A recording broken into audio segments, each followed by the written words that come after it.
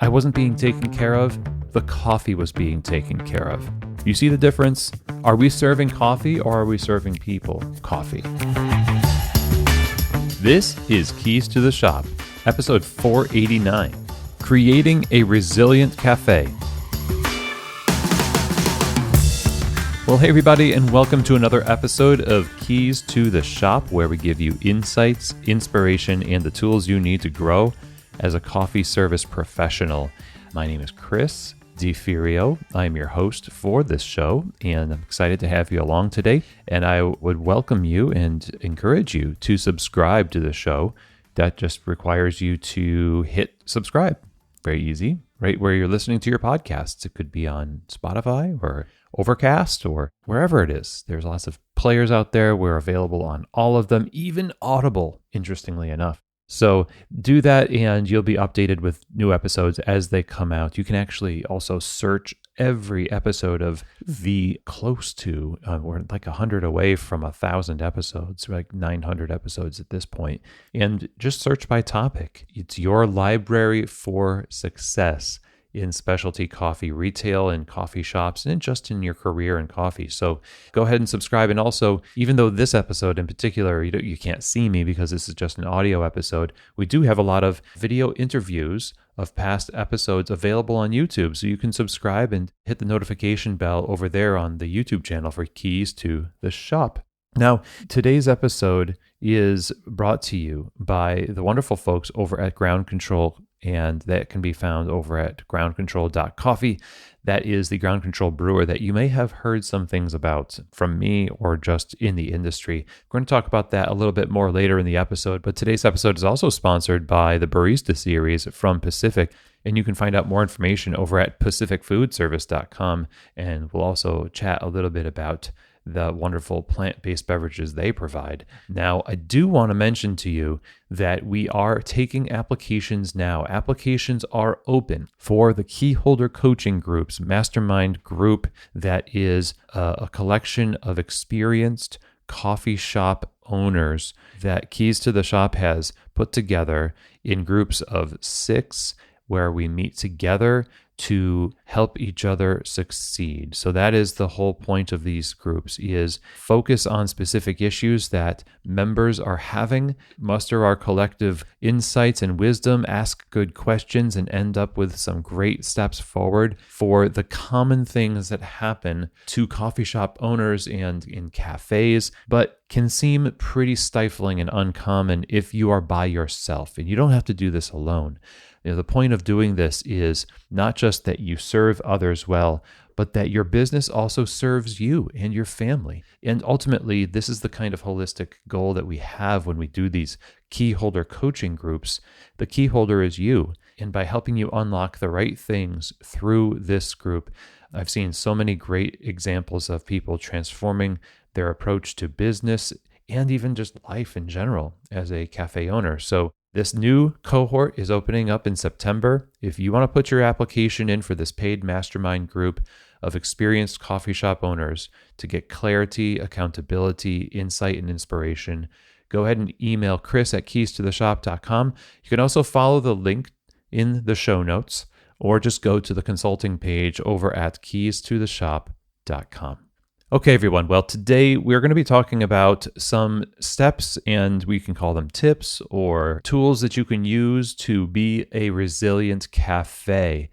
And originally, this is a talk that I gave for the SCA in a virtual webinar that was aimed at helping people during the COVID crisis. In 2020, Keys to the Shop put out a lot of episodes that were focused on helping people in coffee shops navigate the unprecedented issues that were happening at that moment. We interviewed a lot of people, and you can still find those episodes on the website if you searched for COVID, or I believe that's what it was, and just interviews about what people are doing and how they're navigating it as coffee shop owners and professionals, and some of my own thoughts on how to navigate that. But this is kind of a distilled collection of advice that I think it's geared toward this particular time, but it is timeless.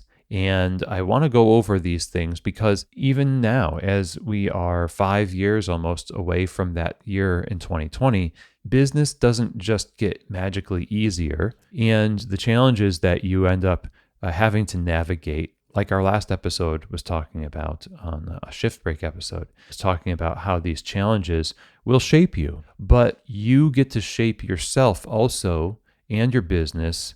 You have a choice to make at each moment on how you respond to what's happening around you.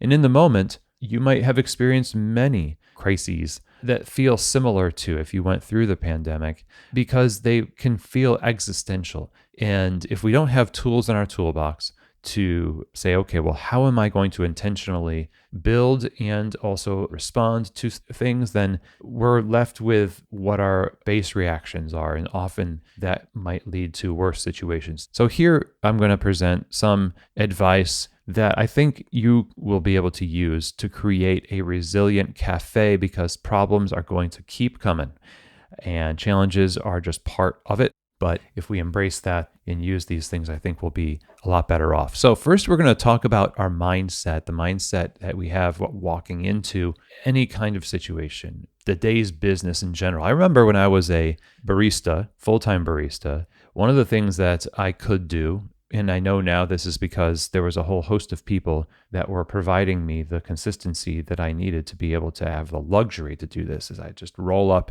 to the cafe and I would literally almost feel like I was rolling in to the coffee bar, and I would clock in, and no sooner had I clocked in that I would ask the question, hey, how's it going? What can I start for you today? Hey, how's it going? Good morning. Yes. And I'm in my head, I'm just like, I am just now here and I'm not fully here yet. And I'm sure many people have suffered at the hand of my lack of preparedness and my attitude. It was not one of full engagement as I kind of waited until the very last minute to even begin to engage with the thing that I was going to spend the next, in those days, 8 to 9 hours and sometimes longer doing. These days I hear 5-6 hour shifts. People are still like, oh, it's so hard.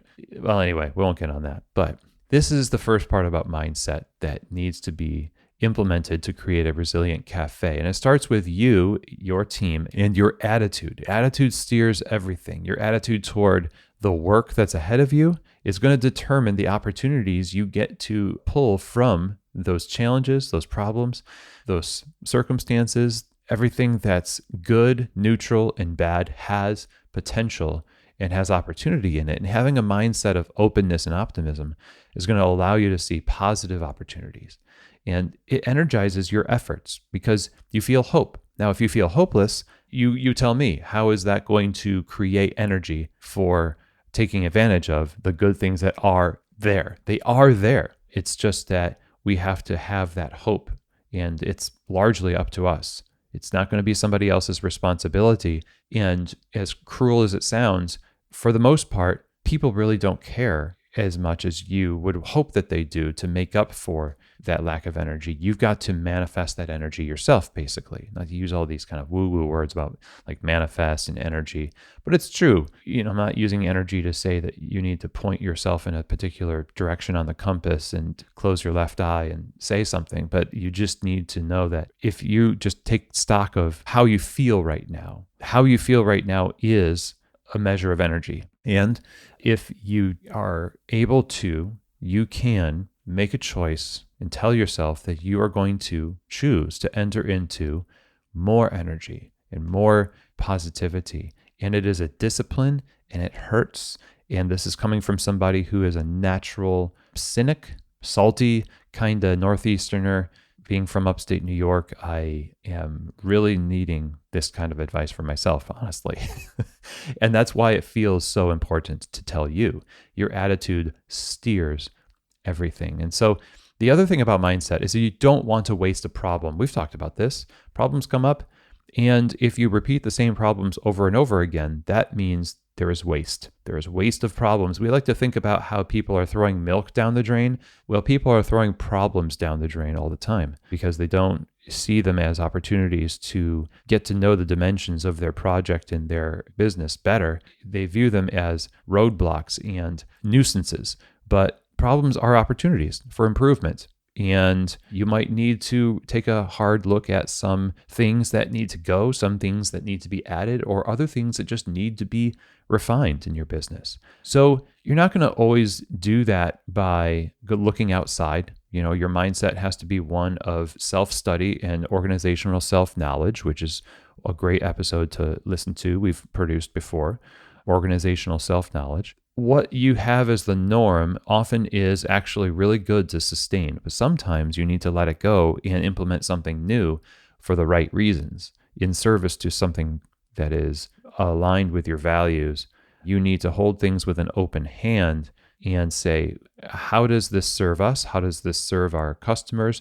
And if it doesn't, then we need to be open to change. And ultimately, we need to be decisive. That's another mindset thing. Take responsibility. Even though things might feel like they're outside of your control, the way you respond is still up to you. So make a decision, take responsibility. Better to make a lot of decisions than to make none. And even if those decisions turn out to be not as good as they could have been or what you imagined they could have been, the rewards go to people who are in the arena, not in the stands, armchair quarterbacks and that kind of thing. You're there, you make decisions, and I've heard this said many times, people just, unless they're in that position, they just can't understand exactly what that feels like. You do. Don't shirk that responsibility to take responsibility and to make decisions. So now leadership is the next thing. So we talked a little bit about mindset. We want to talk about leadership now. Self-awareness. This is huge. Whenever you go through an issue in the cafe, there is going to be a magnification of all the things that are wrong. This is true because if you feel tired and hungry, all of a sudden, all of the things that you normally tolerate around your friends or your family, now it gets on your nerves times 1,000. And it's not that snapping at somebody is going to be the answer to you being hungry. A Snickers doesn't just magically appear when you start jumping down the throat of the nearest person because you're hungry. But all that to say, when we went over this originally, we're talking about how crisis amplifies everything we do, good, bad, and ugly. As a leader, you're already on the hot seat, right? You're already under a magnifying glass that warps your words, that warps your presence, the way you're standing. People are looking at you and everyone starts to become super suspicious. Like, hey, what are they thinking? What are they doing? Why does their eye look like that? Why did they choose that color today? What are they saying about me? As the owner, you're under the microscope, and oftentimes the microscope is being operated by people that aren't really scientists. You know what I mean? That is the reality. And so how we conduct ourselves is going to determine your legacy, your success, your effectiveness, the business's effectiveness. So you always have to operate with a certain sense of an example and a presence that is in relation to your power and your authority, not the power or authority that you crave. Like if you crave power and authority and you're in a position of management or leadership or something, woe to the people who are under you, or the people that you serve rather are going to be at the receiving end of whatever lust for power you have. It is a fearful thing, I think, to have authority. That's why a lot of people don't pursue it, because they realize and they know inherently, even the most critical people of bosses would hesitate to become a boss because they know inherently it's not only not easy, it requires them to be put in the crosshairs, so to speak, and that is just the way it is. So example and presence is huge in leadership. Self-awareness, creating an example and presence that accounts for that warp. You have to be above board. You have to be extra clear. Just like when we aim at a target and we know there's a trajectory of the projectile, if you do archery, you can't just aim at the bullseye. You have to aim off the bullseye to account for the arc of the arrow. And this is why people miss the target sometimes, is that they're aiming at the target and they're like, well, shoot, why am I not getting the bullseye? And it's because you're not supposed to aim at the bullseye. You're supposed to account for the thing that's in your hand, not just the thing that's in front of you or a distance away from you. And then you'll find yourself being more successful. But you've got to have the awareness to know that that's what you're doing. So you have to lead by example, be a present leader, and let people see you handle things well. And that is the work you do. Like baristas, I've said this before, baristas are craftspeople of coffee, and leaders are craftspeople people of people and of the operations that support people. That is your cappuccino. That is your Americano. It is your pour over on a fancy tray. It is what you do as a leader. So in leadership, also, another thing to be aware of is that your job is to empower and support. So empowerment is not the same as hands-off leadership where you say, hey, I know you can do it because I have blind faith in you. And so I'm just going to throw you in there and I trust that you're going to do well. So that's called abdication of responsibility. That's called you being lazy and fearful and kind of spinning it in a way that makes it a virtue. It's not a virtue. Empowerment has to do with hands-on, strong leadership, clear support, mindful collection of resources and curation of resources over time constantly. You don't just get rid of that. Our staff need us to empower them with information, tools, resources, and all of this has to be in consideration to how you are paying attention to the emotional state of your team and the work they do. It goes hand in hand. And I said this to a client the other day. It's not always necessary for you to build the businesses around the insecurities of your staff, but there sometimes are going to be threads and common threads that speak to a large issue that is actually needing to be addressed. If the morale is down across the board, then there's something happening that you need to address, right? If it's just one person, that may or may not be something that you need to address with the entire crew. It might not be a systemic issue. It might turn into one if you don't address it, but it might not be a systemic issue. The point here is that your culture and emotional state and temperature of the team is part of the product of your leadership and the structure of your business. And you always have to be curious about what is happening with our system, what is happening with how I am managing or leading. And after looking at those things, you can then talk about, well, maybe this is just genuinely the wrong fit. Maybe this is just the person, or maybe it's the team themselves, but you can't just start there. With leadership, I think also the last thing we'll say about this is self-care is huge. Now, self-care sounds very much like you're just going to buy some bath salts and sometimes carve out time for yourself to put on noise-canceling headphones and then everything's going to be fine. But self-care is actually more than that, of course, we know. It is protecting the asset. Without you as the owner and the manager, without you, often things just won't happen. Now, it's true that it takes a team, it takes a group to make this happen, but you've taken on the authority to make decisions. You've taken on the responsibility to take the risk, and you are the ultimate asset. If you're the owner of the cafe, the coffee shop, you have to do what is necessary to protect your time, your health, and put it on a schedule. Be aware of how if you're not protecting your energy, you can't provide energy. You can't give from something that is not there. And self-care is a huge and important part of what it takes to be a good leader. Adrenaline only takes you so far, and it is counterintuitive as it seems. You need to rest. So the hustle culture, the glorification of burning the candle at both ends is overrated, and you don't even get a cookie. It's not like you're looking for a trophy. You don't get a trophy, of course, but you don't even get a prize at all for doing that.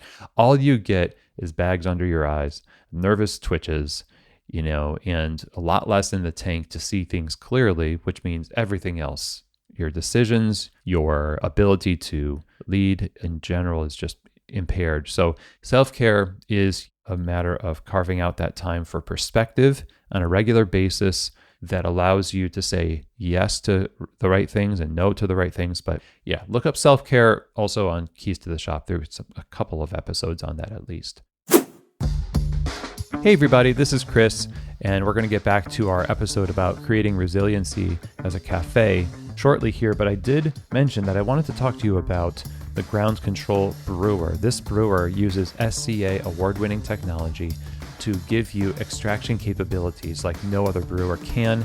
Not only is there this next level, this next tier of batch brew excellence with the Ground Control Brewer, but also it allows you to make batched espresso for batched iced lattes and also cold brew. The abilities this machine has affords cafes around the world more efficiency, and a level up in quality. Go to groundcontrol.coffee to learn more about the brewer, see if it's right for you at this moment in your cafe, or if you're starting out and you want to start out with a true showpiece.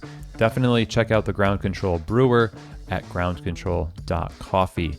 Now also, I want to talk to you about the Barista series from Pacific. So we've got this product that is a plant-based beverage, but it is the foundational plant-based beverage. This has been around for so many years, is the original, and it is preferred by professionals around the world because the Barista series line of plant-based beverages stands up to the heat from steaming, creates amazing texture for your beverages, and also it keeps the balance of flavor focused on the coffee. Check them out at pacificfoodservice.com, get samples, and just try it for yourself. I think if you want to serve the best plant-based products to your customers, then you're going to be wanting to try the Barista series from Pacific. Okay, so now back to our episode, Creating Resiliency in the Cafe. Now, let's talk about business a little bit here. And halfway through, and I want to turn to some, I might consider these more practical strategies for building resiliency, but a business, I want to cover first the necessity to be agile and to invest in diverse forms of income. We've been harping on this for a while. Agility is not something that's just reserved for small businesses. There's a certain sense in which if you've tapped into a very good thing, you want to protect it. And there is a certain sense of rigidity to that. But there is a necessary flexibility that no matter what your age as a business or size, you do need to be able to be flexible. What do they say? Blessed are the flexible, for they will bend and not break, or something like that. The agility that you display as a business does actually come naturally from what we just discussed with leadership and being a student of your business and letting things serve the greater purpose rather than just the immediate and the urgent. So in order to thrive, you need to be able to respond quickly to changing landscapes.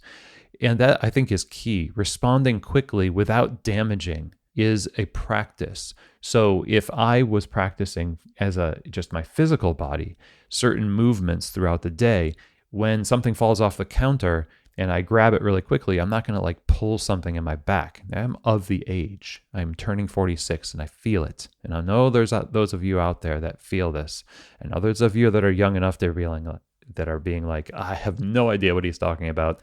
My barista reflexes these days, if I'm not working on flexibility, could get me in trouble because as you get older, you get bigger, you get stiffer. This is just the way it is. So practicing agility is all about responding quickly and well to issues, small issues, so that when big issues come up, your composition is that of somebody who can respond quickly without breaking.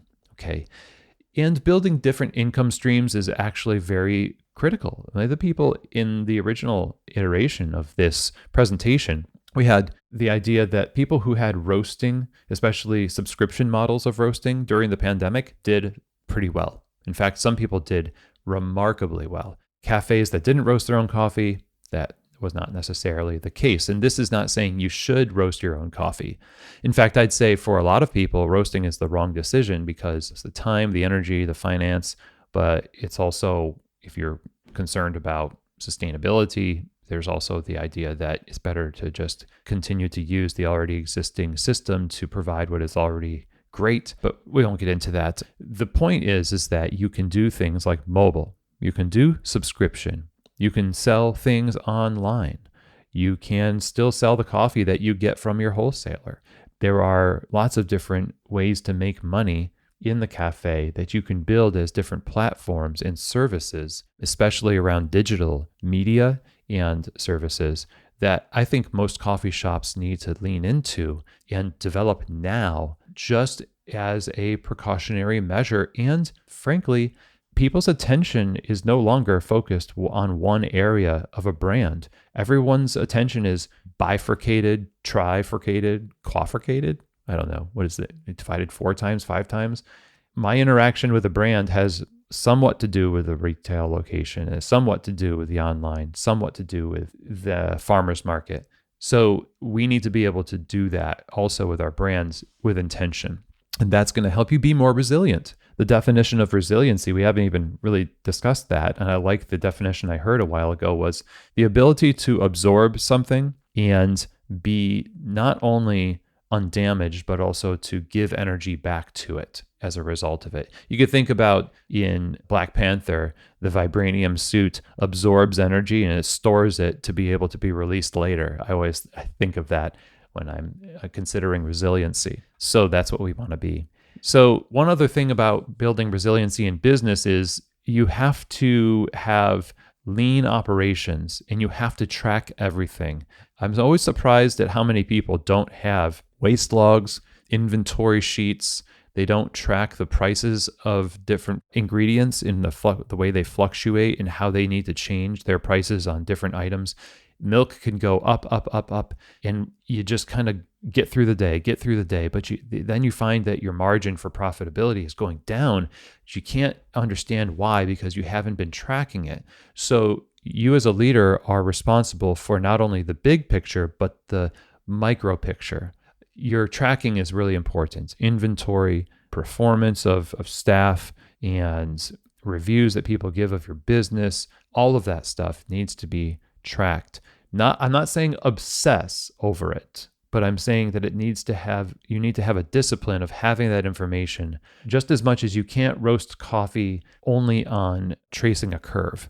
There's a lot more nuance to it than that. But the curve and other tools and frameworks that we use to understand coffee are useful when taken in aggregate with other things. So that's why tracking is so important. Now, I mentioned lean operations, and I think this, for me, it boils down to see how well you can invest into the people you have without bringing more people on, not to try to do more with less necessarily. I don't want it to be this exploitative situation where you're just like, yeah, we've got one person working on a $300 hour, but boy, our labor is so good. You know what? I mean, that's exploitative. I'm sorry, but that's just wrong. And you shouldn't be doing that. If you are actually going to serve people well, including your staff, you need to have at least another person there, if not two. Here's the thing. Lean operations is not about cutting away things just for the sake of cutting away, but it's about reinvesting the energy you would have put into those things into what you have now to make it more effective. So you can adjust your cafe's bar. You can adjust different parts of your menu or the way that drinks are made. You can pay a smaller team more money and invest in more training and better workflow to make them more effective and feel more confident in the work. After having done all that, you can say, okay, now we can add another person. It really is obvious.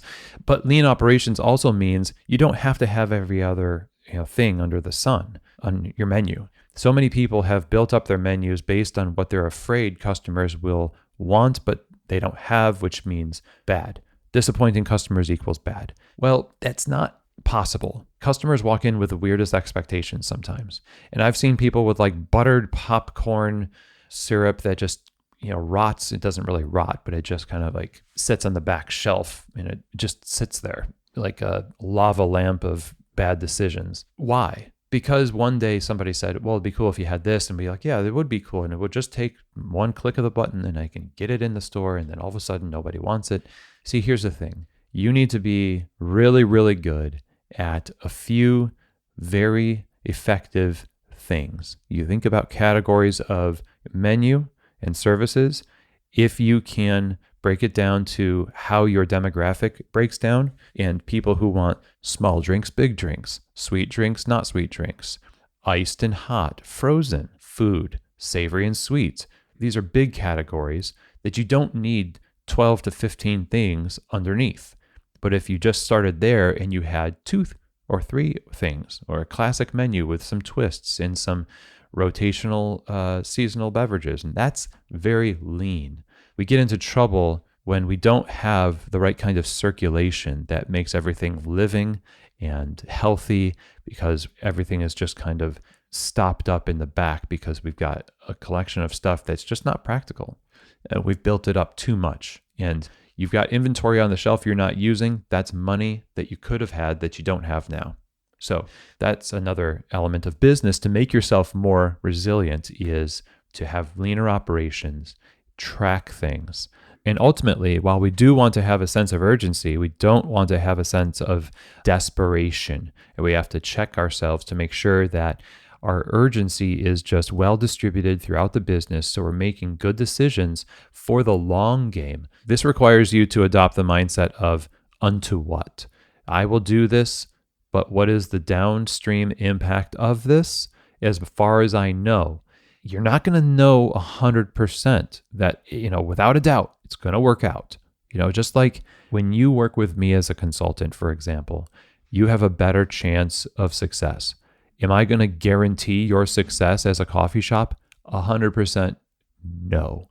There is no way I could. That would be irresponsible because it's a multivariate problem. I am one thing in the midst of many things, and as are you. But as much as it can be known, we should seek to know it. So it's not wrong to, hedge your bets, but it doesn't make it right to demand 100% clarity and certainty, because none of us have that. And that's what keeps a lot of people from making decisions in general, is this illusion that they're going to be woken up in the middle of the night with an apparition at the end of their bed saying, "Thus is the way, thou must follow." It just doesn't happen. So there is an urgency you have to have. You have to play to the long game, but you have to make decisions in the short term in order to create that future reality. And it's always going to look a little different than the way you want it to, but knowing that you made those decisions in a virtuous way is going to really just make it better. I mean, yeah, it's different than I would have thought, but I couldn't have made a better decision at the time. That's a great thing to be able to say. Now, the next thing here, nearing the end of our resiliency, building a resilient cafe, is connection and consumers, and how our focus needs to be on reaching people's hearts and minds. Empathy and outreach to the community is critical. Outreach, okay? Outreach is not putting signs in your window. Outreach is not putting posts up on Instagram necessarily. These are all storefronts, if you will. It's the equivalent of hanging your shingle and hoping that you catch somebody in their daily commute. And that works to a degree, just like a spider web works. But you have to hunt. Spiders don't hunt. I mean, some spiders do. But when you think of spiders, what do you think of? You think of a web, and they are like, I noticed the other day there's a lot of insects around here. Think I'm going to build a web. And so they do. And they are lucky sometimes, or sometimes it's just, they're not just lucky. They are going based on good reasons and instincts. And it's true. The foot traffic is good. They enter your coffee shop. They become your customers. That's kind of where the spider analogy breaks down a little bit, because we don't also then wrap them in a web. But we do operate this way. But what we don't do is we often don't go out there and connect with the community in the other areas of daily life that I think people often give to the coffee shop, but the coffee shop doesn't give to the people. And these days, I think a third place, while it is defined by the interaction of the people and they put their stamp on it as a community, the coffee shop is kind of an avatar of the community that the community expects to see in their world, maybe a little bit more than they used to. Today, brands are entities, in a sense, a little bit mixed together with the identity of the people who go to that coffee shop. And so in order to connect with people, you need to go out there. And you can reach their hearts and minds by doing so. I mean, it's donations, it's events, it's pop-ups, it's just being aware and support for different things in your neighborhood. I think this is really critical. We have unprecedented access to people's hearts and minds as small businesses. In the crisis in 2020, the people who were the best off, the ones who were supported the most were the small businesses, not the giant chains. Giant chains were just like, look, we need to close these stores. It doesn't matter, blah, blah, blah. It's not like they said it doesn't matter, but that the mom and pop shops, if you will, had a lot of people whose identity was wrapped up in it. They wanted to support it because it's their form of also supporting themselves. There's altruism, but there's also survival. embedded into that. So it's a great opportunity. What we have now today is the same as what we had then. It's a great opportunity to create lifelong connections with people. We put our values into action. That's another way you connect with your consumers. There is usually a gap there. The values action gap is actually an episode we put out a while ago. Are you able to point to actions and cultural institutions that reflect your values? And if not, then it's time to create those examples of a back catalog of case study, not just a back catalog of aspirations. So connection with consumers, lastly here, is also based on providing a wonderful experience overall and not just focusing only on quality. Now, I'll give you an example of where customer experience was second to quality and it didn't turn out that great. I had my family with me. We were traveling. We're trying to get home.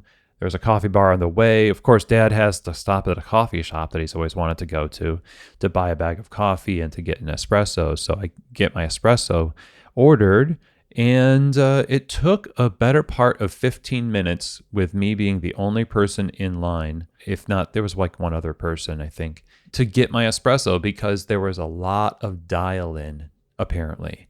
I saw them tasting shots. I saw them see me tasting shots. And I was just thinking, I understand. But like our friend Chris Baca says, just serve the shot. Chris, are you saying that you need to serve less than perfect espresso? Of course I am. You tell me where the perfect espresso is. Tell me where it is. There is no perfect espresso. There's no perfect pour over or whatever you think is perfect. There's just what you've allowed yourself to imagine is perfect on the behalf of the customer. In an ideal world, I mean, this is a virtue. But here's the thing. As a consumer, even as I know coffee very well, in that moment, I would have gladly, after 5 minutes or so, taken an espresso that wasn't as revelatory as what they wanted it to be. And in the end, it was okay. It wasn't that great. It was great. It was good.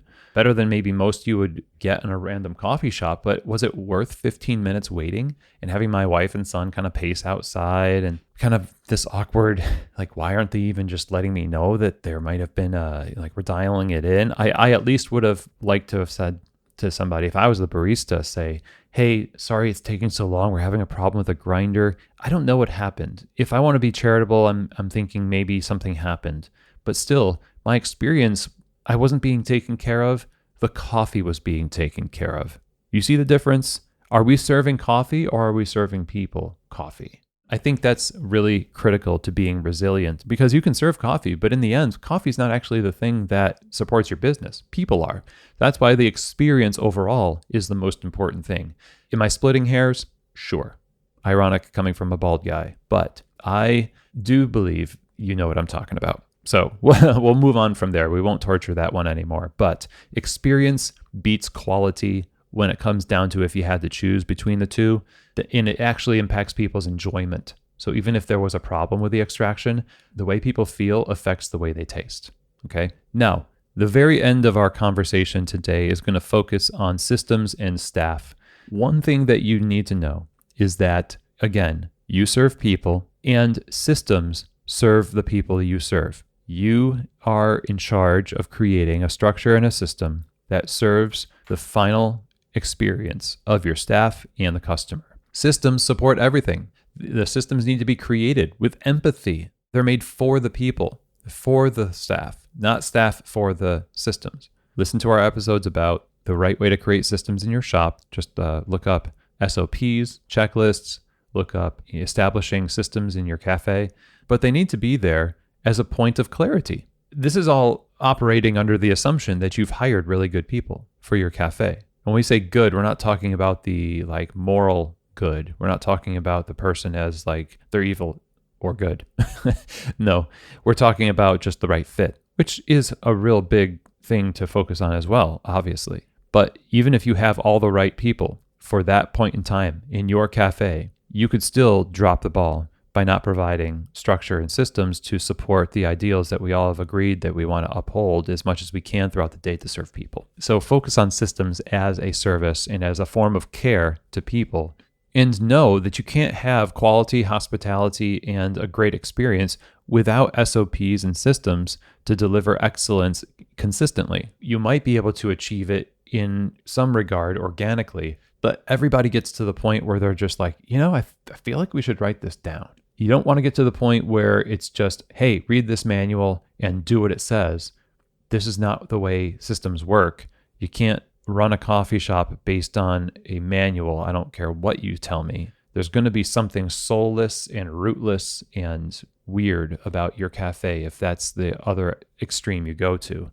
So in the process of work, rounding out our talk today on building a resilient cafe as it relates to systems and staff, we need to have systems or structures at least in place that really encourage feedback and great communication in an environment where perfection is not expected. Maybe there is a pursuit of higher degrees of imperfection, right? But knowing yourself as you do, I hope, and I know myself, I know that I'm not going to get something perfect. And if I do that to myself, I'm going to do that to other people. I want to be vulnerable to a certain point, not in a weird toxic way where I'm just like offloading my life problems on my staff, but I want to be open enough for them to say to me something that if I were more prideful or closed off, I might be offended by it. I want them to give me feedback about my performance. Does that mean everything they say to me about what I do or say or how I am is correct? No. But what I'm serving is the institution of a feedback culture.